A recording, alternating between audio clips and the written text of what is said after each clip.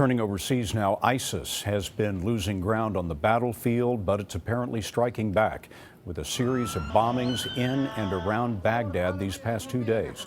More than 100 were killed, most at this marketplace in a Shiite neighborhood. ISIS is Sunni, the other main faction of Islam. The UN said today the ceasefire in Syria is holding for the most part, but a hotline set up by the U.S. State Department for Syrians to report violations has been ringing off the hook.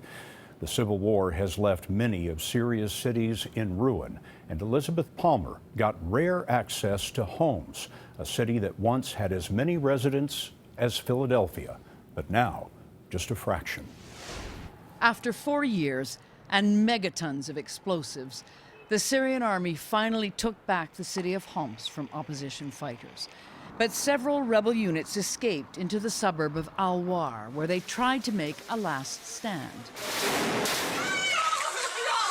In the end, though, the violence was too much.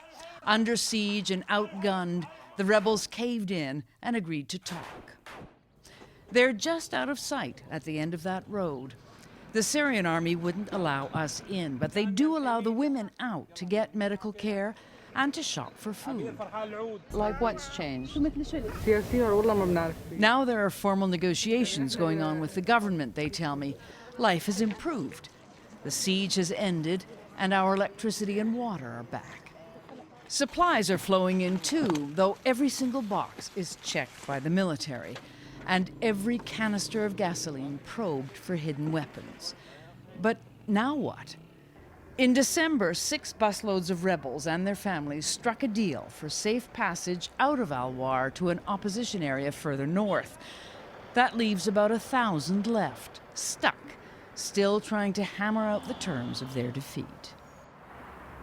There have been several of these, call them stalemates, call them mini truces, across the country in the last couple of years, Scott. They don't always go smoothly. Some are more successful than others, but in the end, they almost certainly save lives. Elizabeth Palmer in the Syrian capital, Damascus, for us tonight. Liz, thank you.